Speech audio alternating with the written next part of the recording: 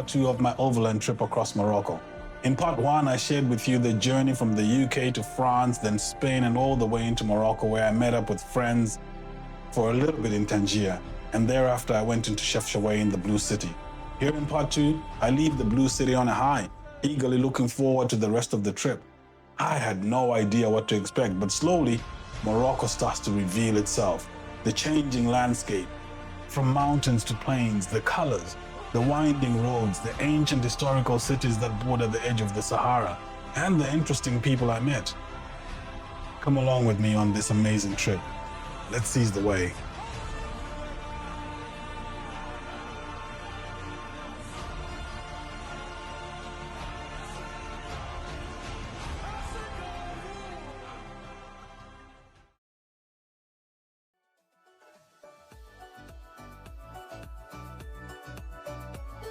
I bumped into some French guys who were in their overlanders going I don't know where. They had 3 vehicles in convoy and I just joined up behind them, and they probably thought, oh, who's that crazy dude who's joined behind us? I tried to listen in on the CB radio, but everything was in French and I couldn't understand a word. But the drive was epic. We drove for miles and miles and miles. It was a beautiful drive.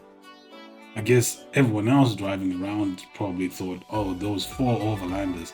But clearly I was just tagging along and going as far as I could. If they kept on going in my direction, fair enough. I had no problem with that. But I was enjoying the drive. I was enjoying the company that didn't know I was company. It's amazing though. As you drive in these different places, you meet up with people and you become kin.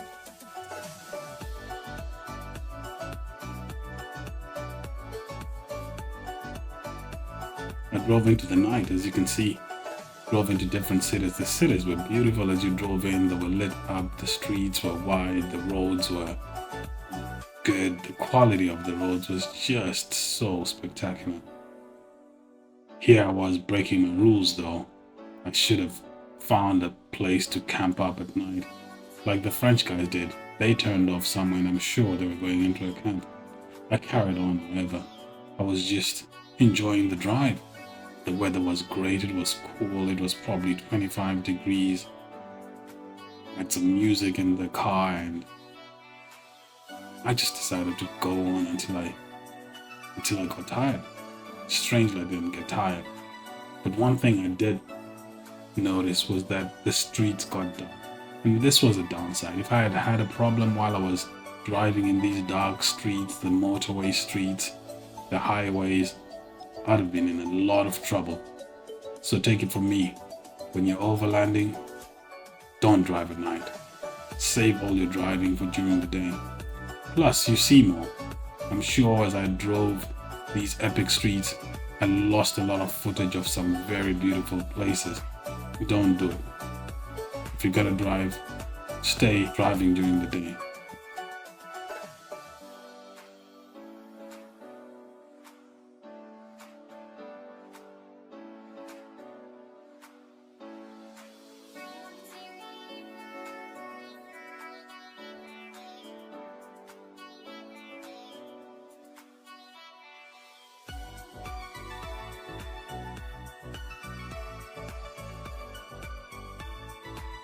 So this is where I spent the night.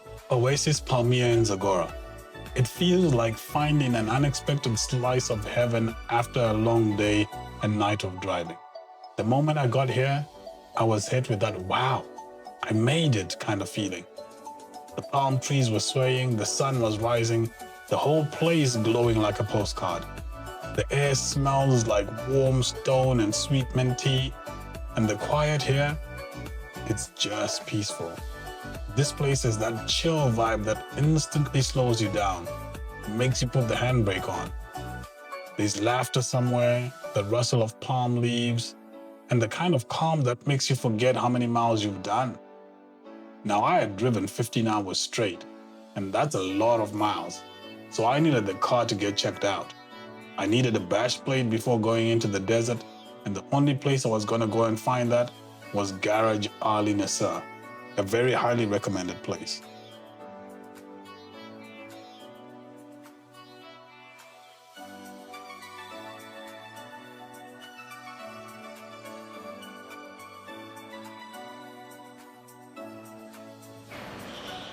Early in the morning, I made my way to the garage.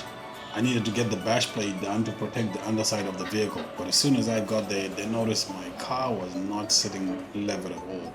Because of all the weight, it was sitting slightly lower at the back, so the guys threw in a 2-inch lift. That was great. After that, I went straight to the other garage, still part of their garage, to get the bash plate done. It's a steel metal sheet that sits under the vehicle to protect it if anything should happen or stones come up from the bottom.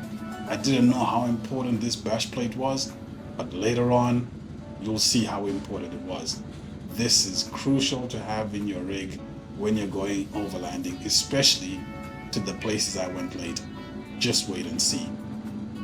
I hung out with these guys. I ate with them. I laughed with them. I joked with them. They were great. They taught me a few things, and after all that, I'm just so thankful for their welcoming spirit.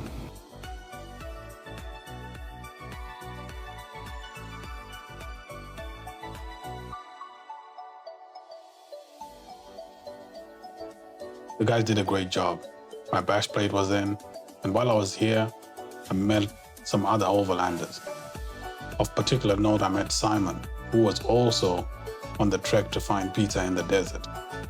We decided to link up and do the rest of the trek together, and hopefully we wouldn't get lost in the desert.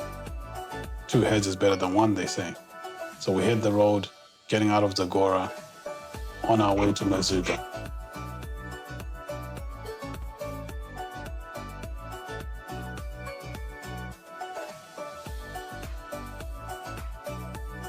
Overlanding from Zagora to Merzouga is one of those drives that sticks with you. I drove all the way to Zagora on my own.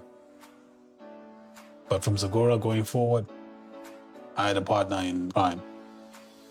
Well, a partner in desert driving.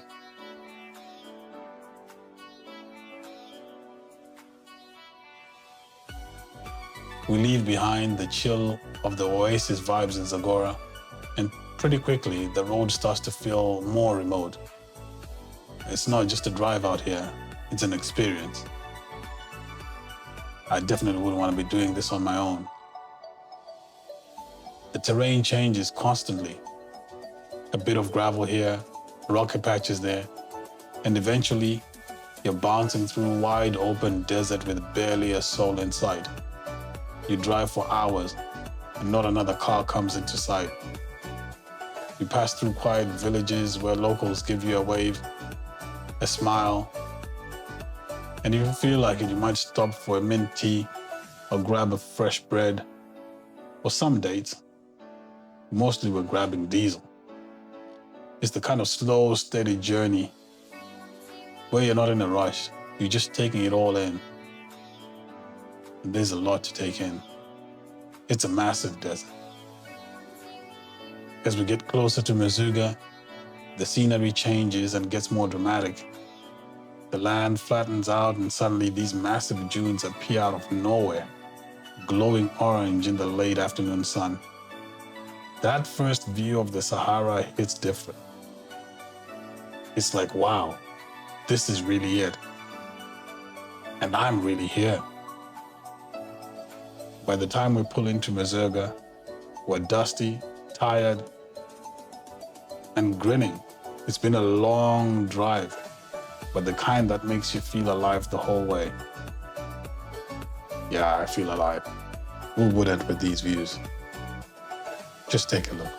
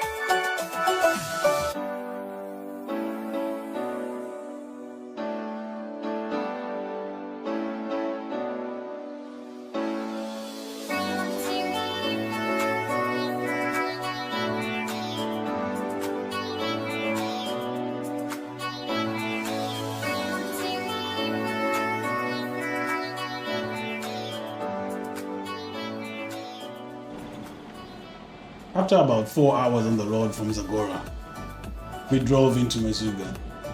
Driving into this place feels a bit of a shock in the best way.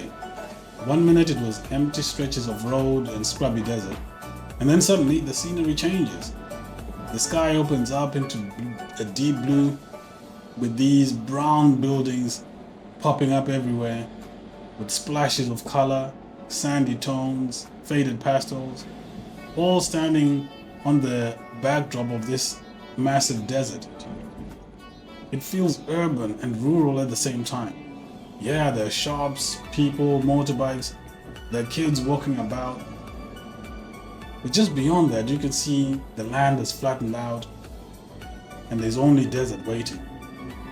The dunes aren't far. You can feel them even before you see them properly. I've got a mix of anticipation and nerves at the moment. I'm excited, no doubt about that. But there's also that little bit of trepidation. From here on, the terrain changes. Roads turn into tracks, signs disappear, and you start thinking about what could go wrong. Sand, breakdowns, getting lost. Still, it's part of the pool, I think. It feels like the real adventure is about to start, and there's no turning back.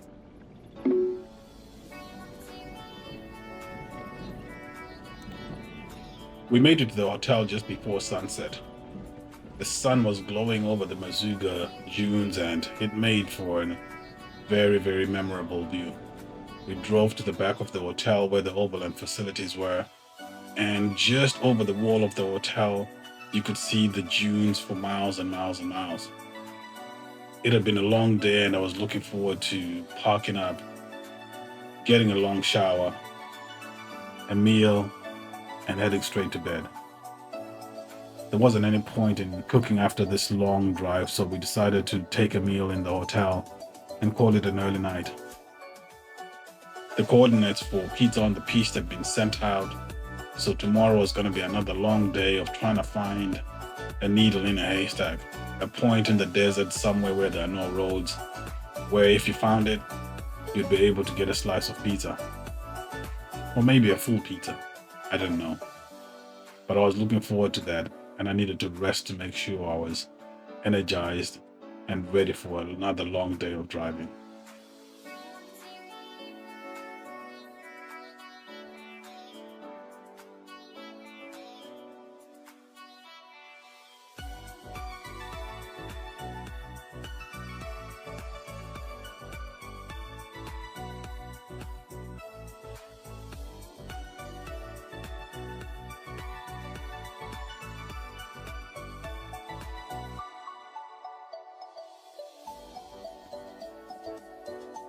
Waking up in Merzouga is like waking up in a village in Zimbabwe.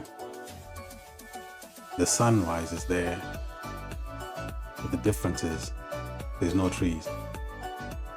It's just sand everywhere. I come out of the rooftop tent, and the first thing that hits me is the silence. It's quiet. The air is cool. The sky is already beginning to get bright. The desert is calm. In the background, I can hear the city beginning to wake up. Things are beginning to get going. So I climb out, stretch, take a look around.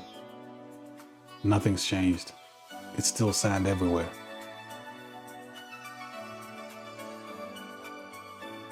I go and take a shower and come back, and it's straight into pack-up mode.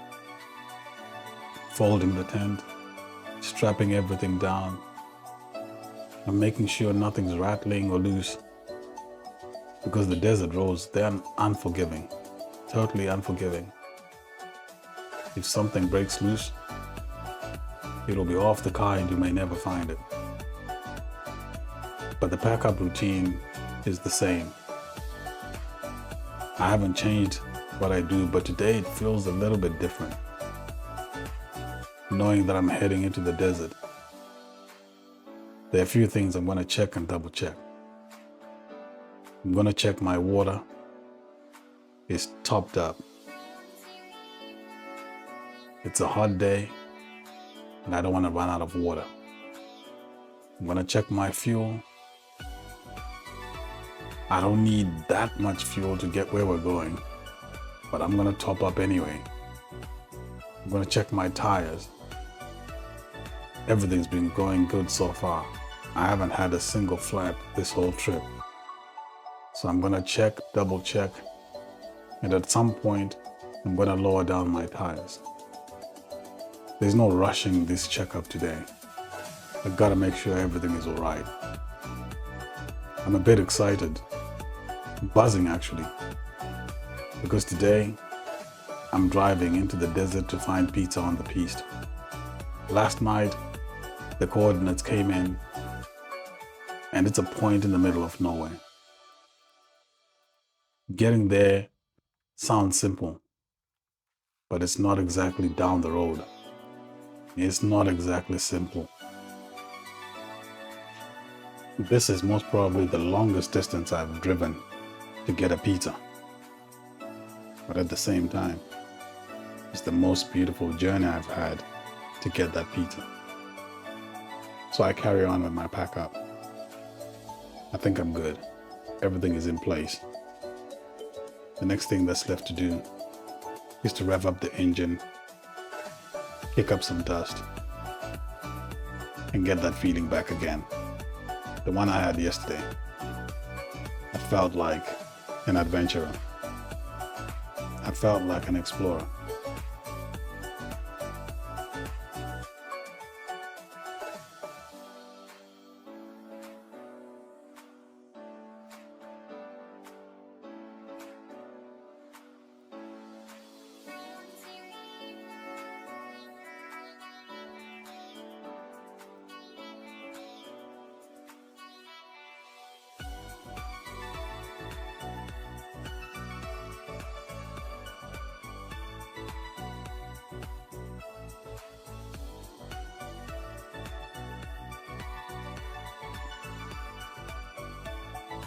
A little bit of freshening up and some morning juice, and I was ready to face the rest of the day.